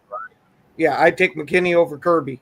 Oh, well, of course you would. Well, of course you would. That's I was gonna say, Okay, McKinney took the number 1 ratings a lot of the times over Kirby. Except interceptions. Time out real quick. I want to talk about this because this has been a big debate with Kirby and Xavier McKinney. Now, I'm not. McKinney's a hell of a safety. I'm not saying that. The Giants are dumbasses for letting him go. I absolutely love that they did. But Kirby is so disrespected, and it's sad. The guy has had the most picks since Ed Reed, since he's been in the career. He has one of the highest PFF gradings in coverage. He tackles. He's a willing tackler. What the hell do you want the guy to do? I think got more pass deflections, got more turnovers. It's like, what else do he need to do? And a pick six against Jordan Love. I think the knock against him is how people outside of Detroit view him as a dirty player, since he was involved in so many. That's an opinionated view. That has nothing to do with his stats and what he actually does on the field. Right. It still plays a part in how people view him. Well, Detroit has always had a stigma of being stats dirty, are something that media has no control over. Yeah. Okay. He got a pick six. His Jordan PFF Love. is something that nobody has control over. Those are numbers. Those aren't people saying, "Oh, well, he likes to go at people's knees and calling them dirty and stuff like that." Yeah. No, he is a proven safety. Sure, he doesn't get the rep outside of Detroit. You're right, because of the media being a bunch of dumbasses. Think about other than that, and think about this really quick. Jay. Go ahead, Jay. Think about this really quick, Ken. If people calling him a dirty player because he's going at his knees, how else do you expect a man that may be 210 pounds, 6'1", to tackle a guy that may be 6'5" and 250 pounds? You know how you can't just hit him up. A friend, Ken. I was gonna say, if I phone any of my friends, this show is gonna go off the rails real quick. So let me just one thing about the whole dirty player thing. If he tackles too high, he's getting called for a 15-yard penalty for going at a head and neck area. If he goes if he goes too low, you're calling him dirty. I don't know the guy. He's tackling within the confines of the rules, and he's getting the guy on the ground. It's not like he's sitting here, twisting people's ankle or stomping on people like some players did. People in the groins. I was going to say it doesn't help that he comes from that lineage in Detroit. That's so brought out. That disrespect. And he's just Kirby Joseph is just a violent player, and we are lacking that in the NFL to this day. A lot of violent players. Kirby Joseph can hit and he can cover. And he's finesse. He's finesse too. He picked Jordan Love off pick six. I mean, the guy ran one back. I was going to say Jordan Love might as well have gift wrapped that one to him. No, also basically he will start on the right side of the field. Roll out of pocket and like bait a your quarterback. Kirby Joseph he was scared, on the right side of the field and bait your quarterback to throw it. He's one of the best free range safeties out there. And he will a better free range safety. Yeah, exactly. Yeah. Ken, that was the best example right there. Rumble, you got it exactly right, bro. Defensive line getting after your offense, because that was the one who produced that interception. Yeah. Kirby just happened chanced in there. They blitzed all through that middle, right at Jordan Love. That's the reason why he's quick. That's also when you had a hobbled Jordan Love. Oh, he not been out there for the game. That movement. Flu game, Jordan. Last half our defense, we got our ass kicked in the playoffs. Listen, that's life. Home, you didn't say Hutch. Let me circle this. Let me circle this back around, fellas. So one thing I know about Kirby, and I've seen Xavier McKinney play, and you can tell me if I'm wrong or not, Ken, but we all know Kirby is not afraid to mix it up in the run game. He will put your ass on the ground, and he'll get in the box. But then he can also go out and play the free range safety.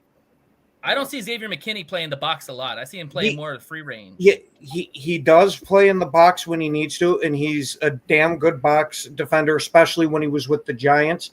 The problem was with him this last year in Green Bay is that he had Javon Bullard lined up next to him for the start of the season, and that guy is only a box safety. Once we tried him at free, he is not as a free safety. As a box safety, he wasn't bad, but that kind of forced McKinney to play that center field. And that's also the effect of having BB too for us, because if Kirby plays Swiss the Army box, knife. BB can go in the.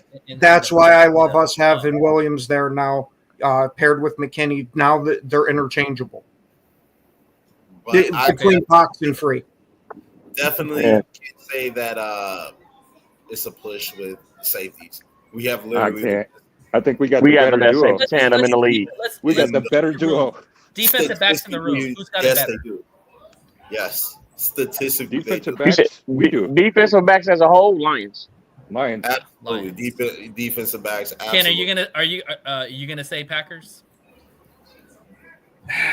Of course he is. It's got two questionable corners. If you're taking it as a whole, since you have a slight edge in corner, I'll give it to them. If slight edge in corner, you got a wide receiver trying to play corner. What are you talking about?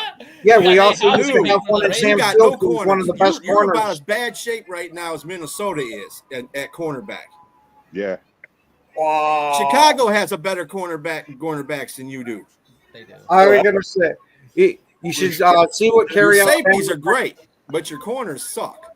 You got to see what carry on Valentine's coverage grades are, because they're real damn good. Are they better than DJ Reed's though? I mean, think about it. Over there in New York, DJ Reed and Sauce Gardner on Clint. Yeah, but I will take he has that problem too if he holds a lot. I would take DJ Reed, Arnold, and Amik. Nobody talks about Amik. I think there's a difference between holding and being physical, Ken. Maddox. Well, if you're getting called for the holds, that's not being physical. Well, that's Terry and Arnold. Meek doesn't get called for holds. He was a much, rookie. neither does Reed. Right. That was the first half of the season. The second half of the season, he was one of the least called. Yeah. Yes. Now our boys are physical. Our boys are physical at the line. There's no doubt about that. They will. Yeah, and I have absolutely nothing against that, because one of my favorite corners was Al Harris, who his bread and butter was the bump and run. I have very physical with that. It's just downfield. When we've changed the pass rules so much, you can't mug the guy no more. Yeah. Believe me, I wish we could. I'd love to send Green Bay's corners out there to just beat the shit out of guys down the field. Who is your best quarterback? If you ask me, it's Kerryon Valentine. For some reason, they absolutely love Nate Hobbs, because I got a feeling we're going to be playing quite a bit of cover 3, and he is outstanding in cover 3. And for the times that we go into nickel, that we're going to be kicking him inside of that third corner spot, and that's when we'll have Kerryon on the outside. And Nixon, he's gotten better each year at corner, but Nixon is very boomer bust with corner. He's either going to make a real nice play or get absolutely torched. Yeah. Yeah. Oh, go ahead. No, I was saying, B. Striller made a good point that I don't think everybody latched on to, the fact that Amik Robertson, how important his play is to our defense as a whole. Even with all those injuries, I really feel like him getting hurt in the first quarter of the Washington game changed the whole landscape of that game. With him in that game, I think we win that game. Absolutely. And also, like you said, you brought up Amik, former Raider, DJ Reed too. These are veterans. These are guys who you expect them to be cornerback ones, but they're so versatile. They're so dynamic that if they do make a play, it's a tip ball. They don't care about they can tip the ball and somebody else get the glory and the shine. Mm-hmm. But they care about the game, man, and they're so freaking good for these young cornerbacks. And Terry and Arnold, it's going to be fun. And Rakestraw, yep. Go ahead, Jay. It's going to be fun, man. I was just going to say, and the Lions have depth, lots of depth. Yeah, Maddox and Watkinson, exactly. The defense, the defensive backs. Because if you want to, Avonte Maddox, he can play safety in a nickel. Meek Robertson, I really think a lot of people underestimate him and how important he is to the defense. You cannot overstate that enough, because if you remember, Meek Robertson put Justin Jefferson on clamps. You know what I mean? And everybody knew where the ball was going. And let's be honest, when the ball goes to Justin Jefferson, nobody can stop it. Meek Robertson did. Now, granted, he's a dog, man. He plays bigger than his size. Granted, he did have a quarterback that couldn't hit the right side of a barn, but still, Jefferson the ball. He has a niche for getting the ball. Meek Robertson didn't let that happen. So I will say this about our cornerbacks. I love the physicalness. I love the grit and the toughness they play with. The problem with that is some of them are kind of small. Meek Robinson's a small guy. DJ Reed's a small guy. Terry, and I think it's legit 6 foot. So if you play with bigger receivers, that could be a problem. And right now you don't have Watkins on y'all's team. I think Golden's like 5'11" and Reed's like 5'11". So I think we're okay. Yeah, I was gonna say for right now until Watson is back in. Oh, Watson, yeah. You got Dobbs and Dontavian Wicks, which Dontavian Wicks is one outstanding route runner. We're talking like Devontae Adams type of level of route runner. The problem is his hands. The guy's always open, but he's got hands of stone. There's a reason why you're open. If he could ever catch the ball, he'd be the best receiver for us. Can't eat a Whopper. Little giants, hot hands. So who? Let me ask you a question, Ken. If you guys got rid of Dobbs, would you be unhappy about that? Yes and no. I do like Dobbs and all, but him giving up some of these easy catches really rubs you the wrong way. But then he'll make the spectacular one of, oh yeah, that's why we got him on the team. He does just enough for you to want him to hang around. I mean, he is leading touchdown receiver out of any receiver that was drafted in his draft class. So the guy's not terrible. It's just I worry about his concussions on top of it. The up and down play, I could kind of take, even though, the easy ones rub you the wrong way. But that concussion is what I'm worried about. He drove into the field with his helmet in that Eagles game, and that was after already having a concussion. I'm kind of worried that this is going to end up like a Sam Shields thing, where this is something he's going to battle his whole career. Yeah, that's why he wears that big-ass helmet, that warped helmet. Here, Amon Ra's got a workout tape. The Jugs machine. It's 1999, and I think he could really benefit from that. Yeah. Subscribe to Amara's workout tape. There you go. I love that. Yeah, I mean, when I was watching the I know it's only preseason and there's vanilla everything going on, but in saying that, when I saw Green Bay play in their preseason game, and they had Jordan Love out there and a smattering of starting receivers, Dobbs, man, I wanted to go out there and punch him in the face because there's like 2 or 3 times he had the ball right in his hand. He dropped it. I'm like, dude, this is the reason why Green Bay didn't do as well as they did last year, because you keep dropping passes. Thank you, Beach Gorilla. That is my whole freaking argument with the Jordan Love type of shit. If somebody would hold on to that ball for him, he's a damn good quarterback. The problem is holding on to the ball. And I'll even give a slight caveat of Jordan Love does have a tendency to rocket that ball in sometimes when it should be a pass. That's why I'm hoping that that's something that gets ironed out as he continues to mature in the league. I think after he throws it, he's like, catch the ball. You know what I mean? When he throws it that hard, he's like, I mean, those are discrepancies in Jordan where he overthrows the ball. I mean, those things are correctable. But the fact that when you throw it and it gets in the receiver's hands and they drop it, that's just ignorant. Mm-hmm. Yeah, if I was Jordan Love, I'd be putting some foot in the asses. That's what I'd be doing. And Ken, I'll give you. I hope it keeps happening. Yeah, and Ken, I'll give you some hope. J-Mo had a lot of drops early on in his career, and now the guy has really good hands. Oh, I was going to say, I already have hope. We had Devontae Adams. For the first 3 years of his career, he was known as Drop Vontae because of how much he dropped that ball. You've seen how quickly he turned that around once that magic thing just clicked in his head. Oh, holy shit, I can put my hands together. That he started to catch the ball. Devontae was that guy in college, though, man. He just had to catch up to the game speed, man. He was always that guy.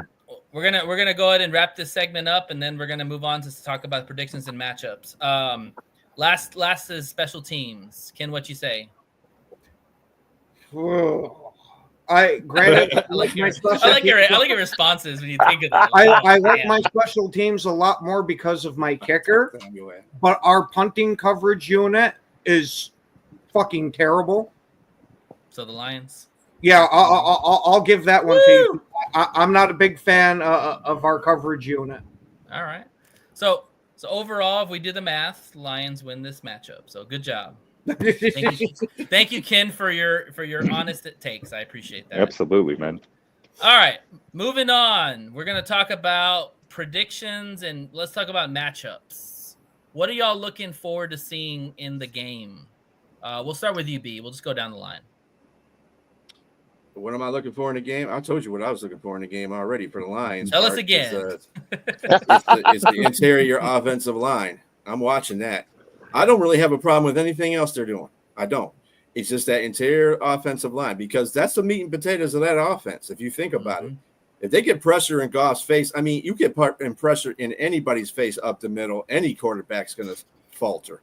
So that's a big concern for me. I want to see how that offensive line does. Other than that, I think the corners will be fine. I think the rest of the team will be fine as long as Goff is back there and he doesn't have Lambeau Field stains on his ass. He'll be fine. He doesn't play Goffle. Yeah. Yeah, he doesn't play golf. You guys are silly. I will say this. I do think they're going to line Parsons up in the middle. Just you watch. They're going to test that interior real early. You like it, Robbie. You know wouldn't be surprised if it's Van Ness or if it's Rashawn Gary. They kick into the middle. They've been trying Van Ness at defensive tackle here during training camp. I don't fear Van Ness, man. That guy's a bust. I don't know what's up with that. I was going to say that's a real early still to call after 2 years of bust. Granted, I'm not sitting here singing this guy's praises like he's a world beater. I still want him to take a massive step up. Yeah. What gets me the most about him is in college, you saw he was a damn good hand fighter. For some reason, he has not brought that to the NFL. He's only bull rushing them. I wonder how much of it was switching the schemes. You come into the league, your first year as a rookie, learn one, and now all of a sudden you got to switch to a different scheme. He looked a lot better last year as the year went on, and he's damn good against the run. Now I want to see him turn this into actual pass rush besides just the bull rush. Yeah, what do you think about like that too? What do you think? What are you expecting to see from the Love in the offense? Oh, I'm expecting to see Love go completely ham out here. Now, granted, again, you guys do have a good secondary in that. So if we're getting 250 yards passing, I'm happy with that as long as we're running the ball effectively. And you assume with Josh Jacobs you're going to. And I'm going to continue my thing of saying Tucker Kraft's going to be leading in yards by saying he's going to be leading in yards for this game, and he'll cap it with 2 touchdowns. Oh, wow. Okay. All right, Jay, what do you say about the matchups and what's going to happen? So not predictions, y'all, just matchups right now. I'm going to give you the matchups that I want to see. Yeah. I want to give you 2 right now. One, I want to see Aiden Hutchinson versus whoever is on that offensive Zach line. Tom. Yeah, like everybody has that vision of Aiden Hutchinson just not being the same because of the leg injury. Truth is, I work in medicine. I know a lot about bones and orthopedics, right? So that bone, once that bone breaks and there's no cartilage, I'm not a doctor, by the way, so I'm not saying this, but once that bone, if it breaks, no cartilage or ligament damage and that bone heals, it's going to come back stronger than it was before. And Aiden Hutchinson was already a machine that was getting in the backfield every time. And, I mean, the guy was just ferocious. So I want Aiden Hutchinson to go out there and prove why the Lions needed him last year. And if he was out on that field, they'd have probably made it to the Super Bowl. So that's one matchup. Also, I want to see Jameer. I want to see. After you guys are done, I got one question to ask you guys in that, but after you guys are done. Yeah, and I want to see Jahmyr Gibbs, man. Like I said, Jahmyr Gibbs, man, he's going to have to be that guy on our offense, and I want to see him slice and dice, gash that defense so much, and Micah Parsons out there.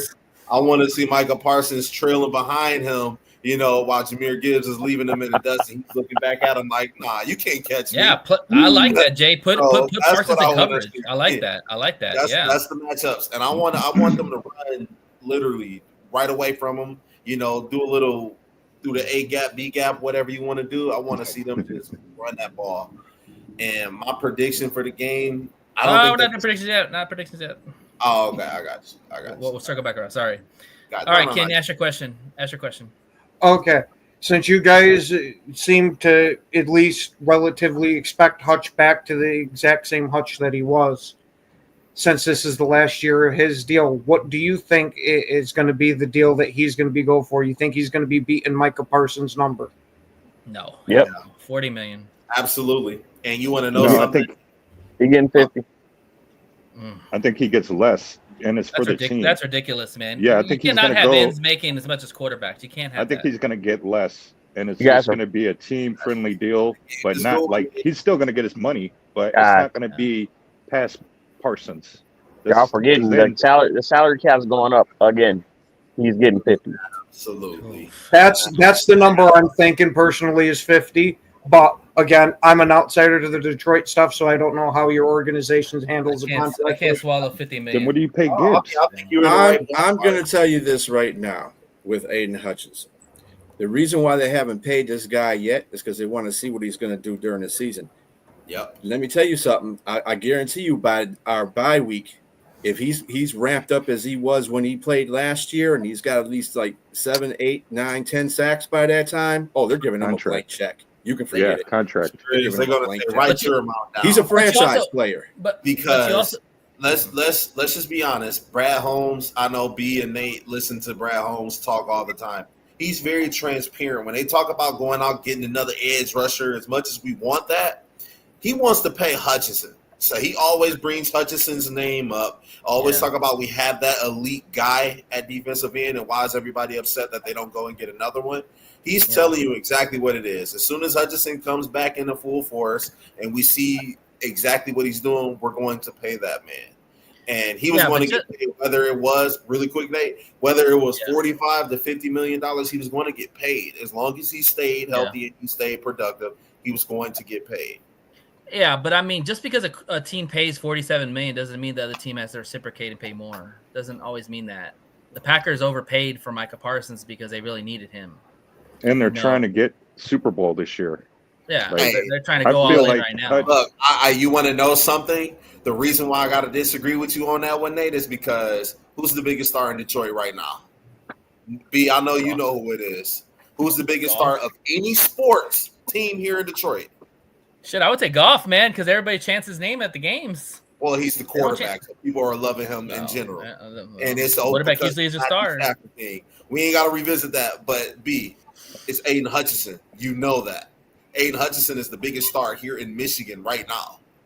And we also have a lot of stars that we want to keep on the team too. You're going to break the team up paying one guy $50 million when he has yet to. But $50 million is not going. But that's not going to break the team. But that's what I'm telling you guys, man.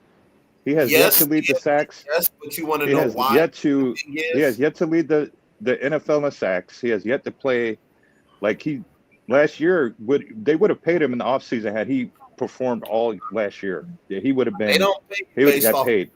What you've done, they pay you based off of your potential. And what's to say Aiden couldn't like have a team friendly deal? Like he knows that this team will go somewhere because he knows his worth. We'll see. I don't see him as that player though. He don't care about being the top paid guy. That's not his. Yeah. He don't care about Rumble said this is the new NFL. Okay, you get paid for your potential, not for what you've done. Yes, right. Which is it's sad. It's so sad. Why did Parsons wait till till now to get $47 million though? Yeah. But okay, so here's the potential, or what based off what he's done.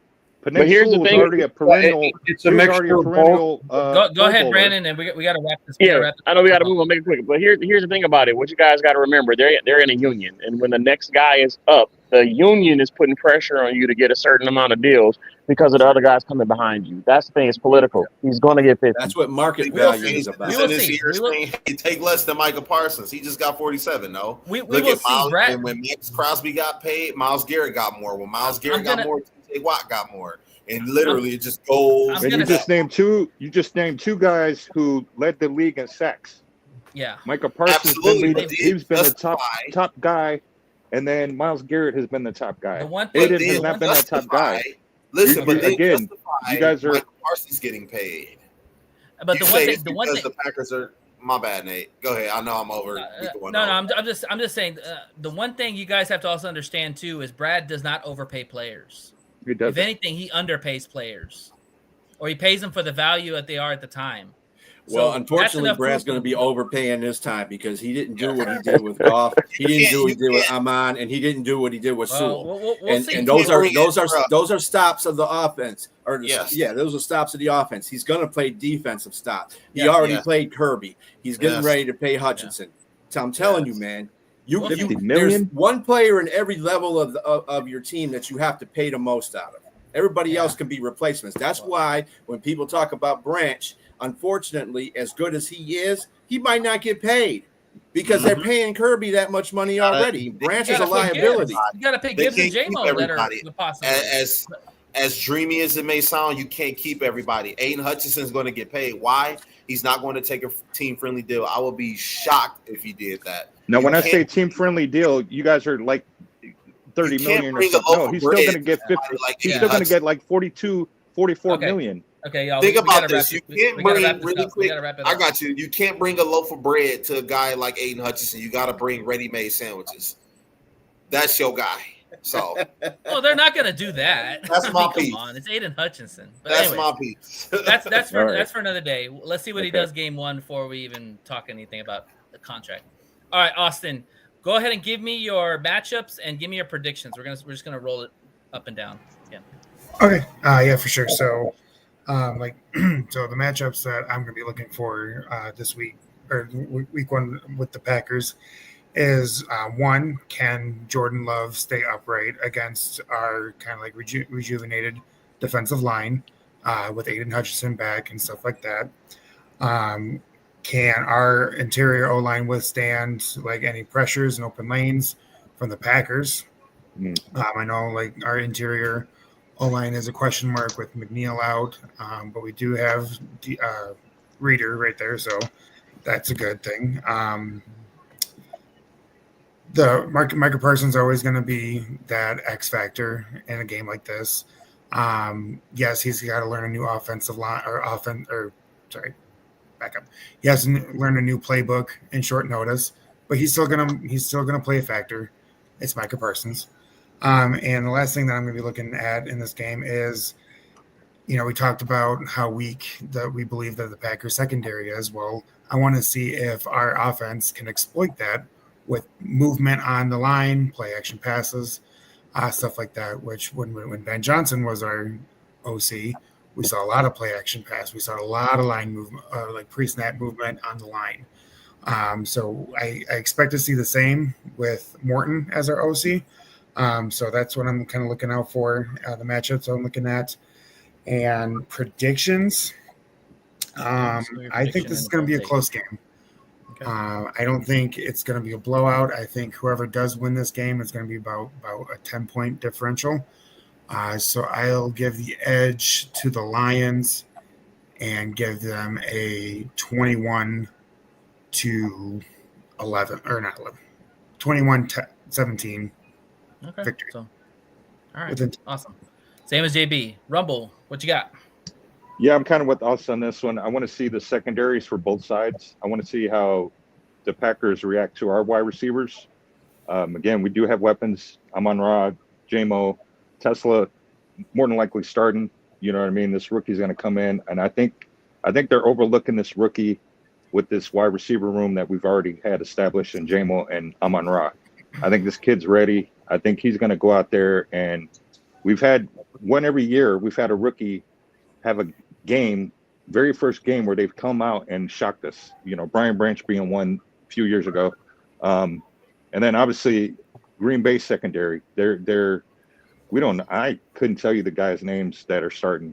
We don't know yet. Those are asterisks by their names. So how are they gonna look versus our guys, and then how are their wide receivers gonna look against our guys and that revamped secondary? I think that's where the line's drawn. Jordan Love's gonna be throwing that ball. Everybody keeps saying they're gonna run the rock, but we know Jordan Love's gonna throw it 30 plus times. And what's gonna happen? Are we gonna intercept him? Are some of our corners gonna get some interceptions?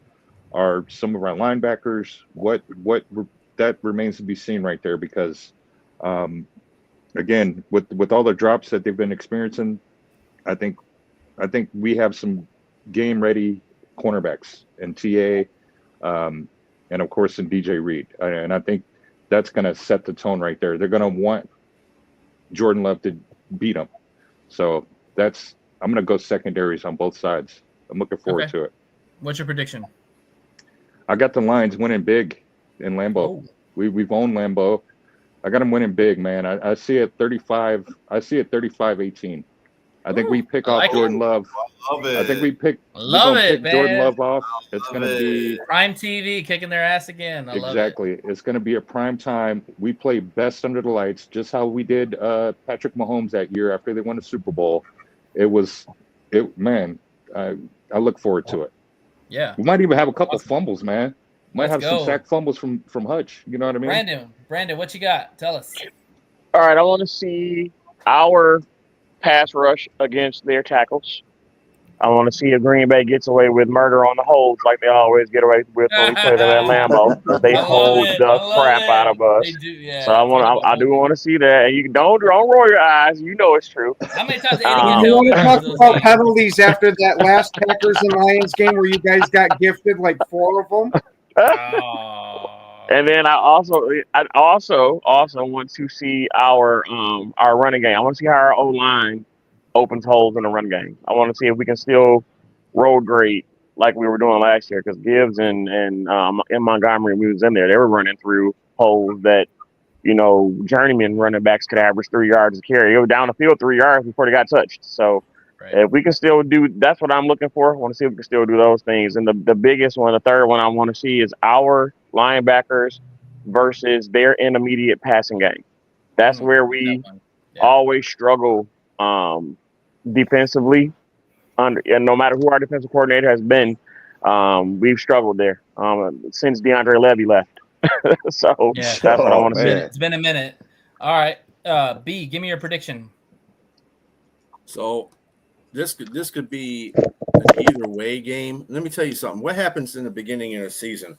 What side of the ball doesn't play well in the beginning of the season? Offense. There you go. So if you're leaving it up to the two defenses, and I really want to see if Micah is going to fight this back pain and actually be effective in this game.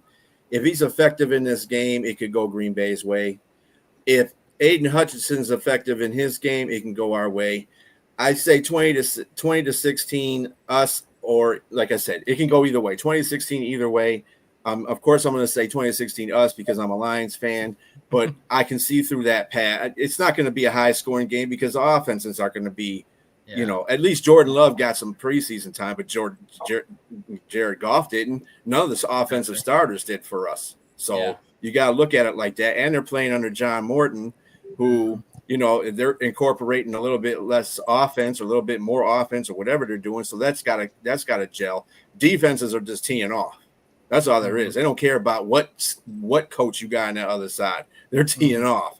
So I think both defenses will create challenges for each other. And like I said, it could be 20-16 either way. But of course, because I'm a Lions fan, I'm going the Lions. But yeah, all right, it's gonna be a close game. It's gonna be close. Ken, what you say? What's your prediction? Oh. Come on, you don't have to think about that. Yeah, because I want to try to make it as close to accurate as I can. Yeah, crystal ball over there. Hey, I'm going right on occasion here. But I'll go right along the lines with B. Strilla. I think it's going to be a close game. We see a lot of sloppy play these first couple of weeks in the NFL season. because of these short preseason games where your starters at best are getting a couple of series. Give me 21-17 Green Bay. All right. Not surprising. All right. And mine, of course, I'll keep it real simple. 24-21 Lions. And the two things I really want to see that I think will determine the Lions' victory, can we run the ball effectively on Green Bay consistently? If we can, it's game over. Because everything's predicated on the run. And then the second thing is turnovers. Can we force turnovers and can we not turn over the ball? If we win that battle, game over. That's it. So I didn't get to give a prediction, but I'll say this. I'm sorry. Go ahead. No, you good.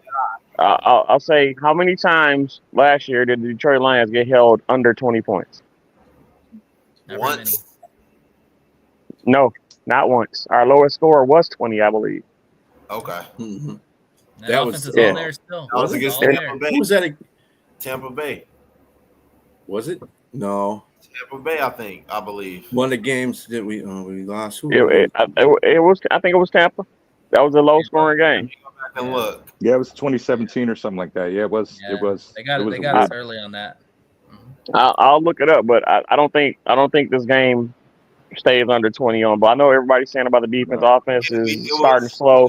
This will be a relatively high scoring game. The over under is 48, so that tells you right there. So that was just that one game, right? Every other game we scored over 20. Yeah, and that was early in the season. That was right after the Rams too. So, anyway, but Tampa's defense different than Green Bay's defense. No offense. Yeah. All right. They really are.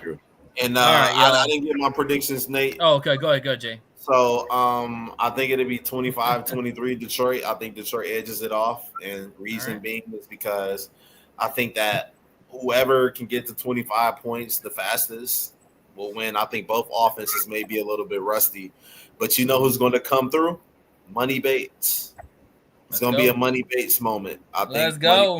Hit a last-second field goal like he's done quite a couple times with the Lions, and I think he's going to break Packer fans' hearts, and I think it's going to be crazy. Give me the Lions 25-23. I like it. Well, fellas, I want to thank y'all for coming. Fellas, I want to thank y'all for coming on the show and giving us your insight, your input. Y'all are all welcome to come on during the season. We're actually probably going to add some people on during the season because this is fun. I like listening to other people's perspectives, and always having the rival on the other side is always fun too. But I want to thank y'all again for coming, and y'all have yourself a blessed evening, and we'll see y'all when Ken as well. Shout out Ken. Appreciate you, Ken. Shout out to you, Ken, man. Hey, and I have no problem coming Ken, on. you were a trooper, man. I told you could bring somebody with you. I don't need no backup. I'll run out this one. Be like, fuck it, I'll take that shit. I'll take that grenade.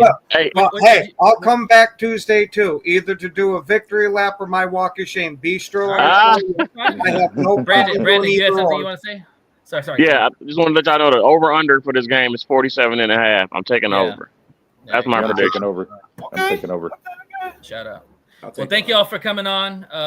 You're always welcome to come on. Ken, yourself, if you want to come on Tuesday, we'll love to have you, man. All right. But good luck. Everybody pray for an injury-free season. We need that. Week 1, baby.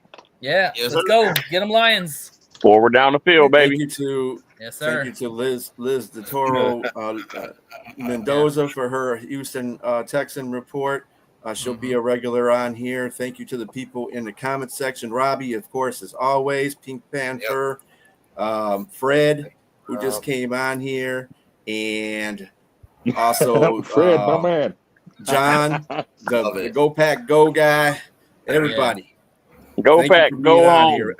And Ken, Brandon, and of course, Rumble. All y'all. Yes, sir. Thanks for coming on. Yeah, again, you guys are welcome to come on every show day anytime if you want to, because it's a Lions thing. So, you know, full life. All right, we'll see y'all then. Take care. All right, bud. Peace out.